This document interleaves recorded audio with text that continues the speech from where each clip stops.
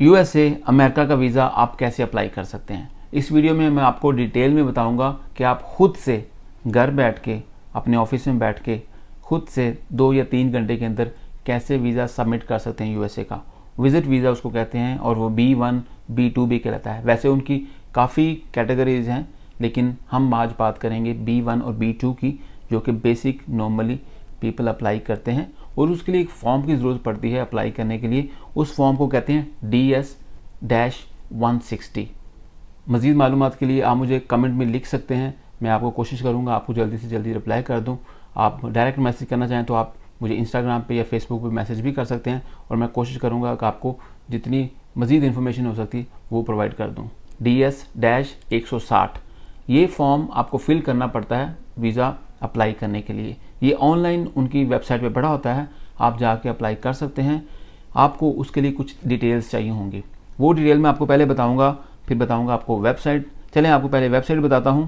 अगर आपने लॉगिन करना तो आप कर सकते हैं साथ साथ ceac.state.gov/GENNIV। इस वेबसाइट पे जाएंगे आप, आपको डायरेक्ट वेबसाइट पे लेके जाएगी जहाँ पे आपने फॉर्म फिल करना है। इसका लिंक मैं आपको अपनी जो YouTube की डिस्क्रिप्शन है वहाँ पे दे दूँगा। आप लिंक क्लिक करेंगे और डायरेक्ट आपको उसी पेज पे लेके जाएगी। आपको कोई कोशिश नहीं करनी पड़ेगी, जद्दोजहद नहीं करनी पड़ेगी, आप डायरेक्टली वहाँ पे जा सकते हैं, वरना ये फॉर्म ढूंढना थोड़ा मुश्किल होता है। तो ये तो आपका हो गया काम। जब वहाँ पर जाएंगे आपको मुख्तलिफ ऑप्शंस नज़र आएंगे कि आप कहाँ से अप्लाई कर रहे हैं, किस शहर से अप्लाई कर रहे हैं, किस मुल्क से अप्लाई कर रहे हैं। वो अप्लाई करेंगे, वो मेंशन करेंगे और कहाँ पे आपने सबमिट करना है, कौन से शहर में आप सबमिट करेंगे, आप कौन से मुल्क में रहते हैं, उसके मुताबिक आप जब अप्लाई करना शुरू करेंगे फॉर्म शुरू हो जाएगा। इसमें 2-3 ऑप्शंस आपको मिलेंगी। नई एप्लीकेशन स्टार्ट करने के लिए आपको एक बटन मिलेगा और उसके बाद एक एप्लीकेशन वो बटन मिलेगा कि आप एप्लीकेशन आप पहले से पड़ी हुई है, आप उसको सिर्फ अपलोड कर देंगे। वो भी अगर नहीं तो उसके बाद क्या होता है कि अगर आप उसमें कुछ चेंजेस कर रहे हैं, पहले से आपने एप्लीकेशन बनाई हुई है, उसमें कुछ आपने चेंजेस करनी है, तो उसके लिए भी आप एप्लीकेशन को रिट्रीव कर सकते हैं, उसको पुल बैक कर सकते हैं, करके इन्फॉर्मेशन अपडेट करके दोबारा सबमिट कर सकते हैं। ये है इसके। लेकिन आप इस वक्त हम आप बात करेंगे कि आप नई एप्लीकेशन सबमिट कर रहे हैं तो उसके लिए क्या क्या आपको चाहिए होगा। इसको अप्लाई करने के लिए आपको तकरीबन 2 से 3 घंटे लगेंगे। तो इसलिए जब भी आपने अप्लाई करना है, जहन बना के इंटरनेट चेक करके पूरा सिस्टम, लैपटॉप की बैटरी चेक करके आपने अप्लाई करना शुरू करना है। आप 2-3 सीटिंग के अंदर भी कर सकते हैं अगर इन्फॉर्मेशन कम है, लेकिन मैं आपको यही सजेस्ट करूंगा कि आप उसको एक ही बार में करें, तसल्ली से 2-3 घंटे के अंदर अप्लाई करके एप्लीकेशन सबमिट करके फिर उठें। उसके लिए आपको क्या क्या चाहिए ये बहुत ज़रूरी है आपको जानना, क्योंकि बीच में आपको कोई मसला नहीं होना चाहिए। पासपोर्ट की डिटेल अंडरस्टूड है, आपको अपने पासपोर्ट की डिटेल ज़रूरी चाहिए, वो अपने पास रखना है। पासपोर्ट अपलोड करने की ज़रूरत नहीं है, लेकिन उसकी डिटेल आपको लाजम सबमिट करनी है। पासपोर्ट नंबर, आपका पासपोर्ट के मुताबिक जो नाम है वो, डेट ऑफ बर्थ, ये सारी चीज़ें। आपके पेरेंट्स के पासपोर्ट्स वो भी मांगे जाएंगे, उनकी डिटेल भी मांगी जाएगी, उनकी डेट ऑफ बर्थ भी मांगी जाएगी, उनके जो नाम पासपोर्ट के मुताबिक हैं वो आपको पता होने चाहिए। उसके बाद आपको फ़ोटो आपकी चाहिए, कलर फ़ोटो प्रॉपर। उसकी डिस्क्रिप्शन उस फॉर्म में दी हुई है कि उसका साइज़ 240 KB से बड़ा नहीं होना चाहिए, उसका एक ख़ास साइज़ है, उसके मुताबिक फ़ोटो होनी चाहिए, उससे बड़ी छोटी नहीं चलेगी। फेस का एक ख़ास साइज़ उन्होंने दिया होता है, उसके मुताबिक आपको सबमिट करनी होती है। तो ये चीज़ें आपको पूरी फॉर्म में मिलेंगी। मैं आपको फॉर्म नहीं दिखा रहा, लेकिन आपको एक डिटेल बता रहा हूँ। आपने फॉर्म में जाकर ख़ुद कोशिश करनी है और करना है। बहुत सिंपल है, अगर आप तसल्ली से बैठेंगे बगैर किसी परेशानी के आप फॉर्म फिल करके उठेंगे। उसके बाद आपको आपकी ट्रैवल हिस्ट्री चाहिए होगी कि आपने क्या पहले अमेरिका में विज़िट किया है कि नहीं किया। नहीं किया कोई बात नहीं, आपने बताना मैं फ़र्स्ट टाइम अप्लाई कर रहा हूँ और मेरी कोई ट्रैवल हिस्ट्री नहीं है। अगर कोई ट्रैवल हिस्ट्री है, किसी दूसरे मुल्क में आप गए हैं, वहाँ पे आपको एक ऑप्शन मिलेगी, आप बता सकते हैं कौन कौन से मुल्कों में आपने विज़िट किया हुआ है। वो सारी डिटेल्स आपने ऐड करनी है। आप कौन सी मुल्क के नेशनल हैं वो डिटेल, और किस मुल्क में आप रहते हैं वो पूरी डिटेल, उसका एड्रेस आपको लाजम ऐड करना है। तो उसके बाद आपकी आ जाएगी फैमिली की इन्फॉर्मेशन। फैमिली में जो जो इन्फॉर्मेशन आपसे मांगी जाएगी वो आपने डिटेल में ऐड करनी है। अगर आप मैरिड हैं तो उसके मुताबिक स्पाउस की डिटेल, बच्चों की डिटेल आपसे मांगी जाएगी वो आपने ऐड करनी है लास्ट में। गलत इन्फॉर्मेशन ना डालिएगा, गलती से भी, वो एक्सेप्टेबल नहीं है, हमेशा के लिए ब्लैक लिस्ट हो जाएंगे। उसके बाद आपको वर्क हिस्ट्री डालनी है कि आप कहाँ काम करते हैं, क्या काम करते हैं और डेजिग्नेशन क्या है, ये सारी चीज़ें। सैलरी स्टेटमेंट आपसे नहीं पूछते वो लोग, आपने काम की हिस्ट्री बतानी है, लेटेस्ट आप कहाँ काम कर रहे हैं, उससे पहले कहाँ काम किया, उससे पहले कहाँ काम किया, ये आप डिटेल में डाल सकते हैं। उसके बाद आपकी एजुकेशन, कि आपने क्या पढ़ा हुआ है, कम है ज़्यादा है कोई मसला नहीं है, लेकिन इन्फॉर्मेशन आपने करेक्ट डालनी है। लेटेस्ट आपने क्या पढ़ा है, उससे पहले क्या पढ़ा था, डिग्री, उसकी डेट, कॉलेज का नाम, यूनिवर्सिटी का नाम, स्कूल का नाम, ये ज़रूरी डालना है आपने। ये सारी चीज़ें आपको करनी है। लेकिन एक और चीज़ बता दूं आपको, जैसा आपने बताया मैंने कि 2 से 3 घंटे इसको लगेंगे। हर 20 मिनट के बाद तकरीबन ये एप्लीकेशन रिफ़्रेश हो जाती है। आपको दोबारा अपना पासपोर्ट नंबर और जो एक लॉगिन आपको दिया जाता है वो डालना पड़ेगा, तो वो आपको याद होना चाहिए, गलती से भी भूलना नहीं है। एक चीज़ और, एप्लीकेशन को आपने सेव करते रहना है। इसके डिफरेंट फॉर्म्स हैं, सारे ऑनलाइन हैं, उन फॉर्म्स को स्टेप बाय स्टेप आपने फिल करते जाना है, भूलना नहीं है। अगर सेव नहीं करेंगे तो आपको फिर दोबारा जाकर उसको इन्फॉर्मेशन डालनी पड़ेगी। तो मैं आपको ये बता रहा हूँ कि आपने गलती से भी गलत इन्फॉर्मेशन नहीं डालनी। एप्लीकेशन जब हो जाए तो उसको डाउनलोड लाजम कीजिएगा कि आपको पता हो आपने क्या सबमिट किया है। जो फ़ोटो आपने डालनी है वो करेक्ट होनी चाहिए, वरना सिस्टम ही एक्सेप्ट नहीं करेगा। लेकिन अगर सिस्टम में कोई मसला है, आपकी एप्लीकेशन वो जो फ़ोटो है एक्सेप्ट नहीं हो पा रही, नो प्रॉब्लम, वो आपको कहेंगे, सिस्टम आपको बता देगा कि जब आपने इंटरव्यू के लिए आना है वहाँ पे आके आप अपनी फ़ोटो साथ लेके आएंगे। वहाँ पे डॉक्यूमेंट्स में तकरीबन कुछ नहीं मांगते आपसे, सिर्फ आपने ये एप्लीकेशन के 2 फॉर्म्स होते हैं, मेन फॉर्म होता है, बाकी दूसरा टर्म्स एंड कंडीशन वाला होता है, वो आपको लेके जाना होता है अपॉइंटमेंट वाले दिन, दैट्स इट।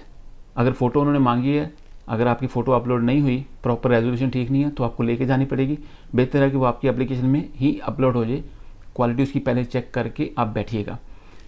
वहाँ पे जाएंगे, आपसे पहले उनको पता होता है कि आपकी हिस्ट्री क्या है। जब भी आपने अपॉइंटमेंट ली है, 10 दिन की, 15 दिन की, 2 दिन की कुछ भी हो सकती है, किसी भी एम्बेसी में हो सकती है। तो जब वहाँ पे जाएंगे, आपसे पहले वो आपके बारे में जान चुके होते हैं, आप क्या करते हैं, क्या आपने इन्फॉर्मेशन करेक्ट डाली है कि नहीं डाली। उसके मुताबिक आपको एक छोटा सा इंटरव्यू लेंगे, 1 मिनट का, 2 मिनट का, 3 मिनट का, उनकी मर्ज़ी है। ऑफिसर आपसे बात करेगा विंडो में खड़ा होकर, तो पूछेगा आप क्यों जाना चाह रहे हैं। तो हो सकता है ना पूछे, आप उनके बता सकते हैं कि मैं क्यों जाना चाह रहा हूँ। तो उस इंटरेक्शन के दौरान भी आपको बता देंगे कि आपका वीज़ा अप्रूव है, आपको 2 दिन के बाद आपके पोस्ट ऑफिस में आ जाएगा। अगर ये आप वहीं पे बोल देंगे आपको कि सॉरी आपका वीज़ा रिफ्यूज़ हो गया, तो आपको आपके हाथ में पासपोर्ट दे देंगे। अगर रिफ्यूज़ होता है तो आपको पासपोर्ट उसी वक्त वापस दे देंगे। अगर एक्सेप्ट हो जाता है तो आपको 2 दिन बाद या 3 दिन बाद, जो भी उनकी टर्म्स एंड कंडीशंस हैं, आपके साथ या उनके कोरियर के साथ, वो आपको वहाँ पे भेज देंगे। एक चीज़ और आपको बताना चाहता हूँ कि जब आपने ट्रैवल करना है तो आपकी ना तो टिकट मांगेंगे, ना ही आपसे बुकिंग मांगेंगे, लेकिन आपसे एक चीज़ ज़रूर मांगेंगे कि आप कब ट्रैवल करना चाह रहे हैं। वो डेट्स डालनी ज़रूरी हैं, और कौन सी स्टेट में जाएंगे, कौन से शहर में जाएंगे, कौन से होटल में ठहरेंगे, वो डिटेल डालनी ज़रूरी है। वो फॉर्म आएगा, फॉर्म में आपको सबमिट करनी होती है, इसको टेंटेटिव डेट बोलते हैं, वो आपको डालनी ज़रूरी है। वो आपसे पूछ सकते हैं, वेरीफाई कर सकते हैं, क्योंकि वहाँ पे अपने सिस्टम से, होटल से चेक कर सकते हैं कि आपने इन्फॉर्मेशन जो डाली है, बुकिंग करवाई है कि नहीं करवाई, जो भी है, ये सारी चीज़ें इन्फॉर्मेशन आपने ज़रूर डालनी है। उसके साथ साथ अगर आपकी कोई फैमिली मेम्बर है वहाँ पे, उसके बारे में कोई इन्फॉर्मेशन है तो वो भी आप डाल सकते हैं। अगर नहीं है, आपकी मर्ज़ी है, लेकिन अगर है तो ज़रूर डालिएगा। मैं आपको फिर बता रहा हूँ, तीसरी चौथी बार अभी तक रिपीट कर चुका हूँ, गलत इन्फॉर्मेशन नहीं डालनी है आपने। आप कितना कमाते हैं या कितना नहीं कमाते, ज़्यादा कमाते हैं या कम कमाते हैं, इससे उनको कोई लेना देना नहीं है। वो आपके जो रिकॉर्ड होता है उसके मुताबिक आपको वीज़ा आप देते हैं। जब मैं पहली बार गया था, पहली बार जब मैंने अप्लाई किया था, मेरे पासपोर्ट पे वो पहला वीज़ा था। तो आप इससे सबक सीख सकते हैं कि ना तो उस वक्त मेरे बैंक में कोई ख़ास पैसा था, लेकिन उन्होंने मुझे फिर भी वीज़ा दे दिया था। वो देखते हैं कि बंदा कितना क्लियर है हिस्ट्री वाइज, बैंकों के साथ, क्रेडिट कार्ड के साथ, ये सारी चीज़ें बहुत मैटर करती हैं। तो अगर आप कहेंगे कि मैं कुछ भी इन्फॉर्मेशन डाल दूंगा, तो वो ठीक नहीं है, क्योंकि उनको पता चल चुका था है, ये वो USA वाले हैं, उनका सिक्योरिटी सिस्टम, उनका जो ये जो डाटा होता है वो काफ़ी डिटेल्ड होता है। आपका पासपोर्ट नंबर डाल के वो ये भी चेक कर लेते हैं कि आपकी फैमिली मेम्बर्स कितने हैं, जो आपने इन्फॉर्मेशन डाली है वो करेक्ट है कि नहीं करेक्ट, और आपके बैंक में कितना पैसा है, कितने अकाउंट से आपके, क्या एजुकेशन है, वो सारी तकरीबन उनको पता चल चुकी होती है। तो बराए मेहरबानी इस चीज़ का ख्याल रखिएगा। अभी फाइनल ये जो वेबसाइट है मैं लिंक में डाल देता हूँ, आप वहाँ पर जाएँ, जाके अपनी एप्लीकेशन डाल के सबमिट कर सकते हैं। आखिरी बात, जब एप्लीकेशन सबमिट हो जाएगी फिर आपने एक काम करना है। आप जिस मुल्क में बैठे हुए हैं, जिस शहर में बैठे हुए हैं, वहाँ पे आपने गूगल पे सर्च करना है कि आपने अपॉइंटमेंट लेनी है यूएस एम्बेसी की। आप वो टाइप कीजिएगा जिस शहर में है यूएस एम्बेसी अपॉइंटमेंट इन, जो भी सिटी आप बैठे हुए हैं वहाँ पे, तो वहाँ पे आपको एक एप्लीकेशन फॉर्म ओपन होगा नई वेबसाइट से। अभी ये कॉन्ट्रैक्ट उन्होंने किसी और को दे दिया हुआ है, डिफरेंट कंपनीज़ के पास है, डिफरेंट मुल्कों के अंदर। तो जब वहाँ पे आप सर्च करेंगे तो वहाँ से तकरीबन आपको 160 मुख्तलिफ कंपनीज मुख्तलिफ चार्ज कर रही हैं, या 320 या 180 या $200 की फ़ी है, वो आपकी एम्बेसी चार्ज करती है। लेकिन उसका कुछ हिस्सा जो थर्ड पार्टी कंपनीज़ हैं जो आपको अपॉइंटमेंट दे के देते हैं या वो बुक करते हैं, क्योंकि एम्बेसी अभी डायरेक्ट अपॉइंटमेंट्स नहीं लेती, वो दूसरी कंपनी के थ्रू लेती है। तो वो आपकी डिटेल जो भी फॉर्म पे आपने फिल की है, जो मांगी जाएगी वो दोबारा वहाँ पे फिल करनी पड़ती है अपॉइंटमेंट लेते वक्त, तो आपको अपॉइंटमेंट मिल जाती है।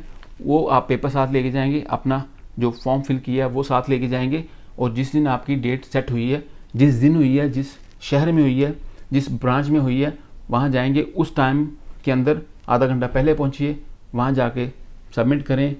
तो ट्राई कर लें। अगर आप सफ़र करना चाहते हैं तो मैं यही सजेस्ट करूँगा, अच्छी नीयत के साथ करें और आपको ज़रूर मिलेगा। जाएं, सफ़र करें, वापस आएँ, घूमें फिरें, दुनिया देखें, फिर आपको दूसरे मुल्कों के भी वीज़े मिलेंगे। यूएस वीज़ा अप्लाई करने का यही एक सही तरीका है। आप खुद करें तो आप पैसे भी बचा सकते हैं, अगर कोई दूसरा आपको करके देगा तो वो आपसे तकरीबन $300, $400, $500 भी चार्ज कर सकता है। तो आपकी मर्ज़ी है कि आप क्या करना चाहते हैं। इसके अलावा कोई भी जो तरीका है, अगर कोई इंसान आपको कहता है या कोई एजेंट आपको कहता है कि आप मुझे इतने पैसे दे दो, मैं आपको अमेरिका का वीज़ा लगवा देता हूँ या वहाँ पे ले जाऊँगा, तो वो गलत है, वो इलीगल है, वो ट्रैप है, वो स्कैम है, वो फ्रॉड है। मर्ज़ी आपकी है, आपको क्या करना चाहिए। थोड़ा सा लर्न करें, थोड़ा सा सीखें और ख़ुद से ये सारी चीज़ें करने की आदत डालें, ताकि आप अपने पैसे भी बचा सकें और अपनी इज़्ज़त भी बचा सकें, और एटलीस्ट आप दूसरे लोगों को प्रमोट ना करें जो इस तरह के गलत काम करते हैं। मज़ीद मालूमात के लिए आप मुझे YouTube, Instagram, Facebook, TikTok, Twitter पे फॉलो कर सकते हैं। अपना ख्याल रखिएगा।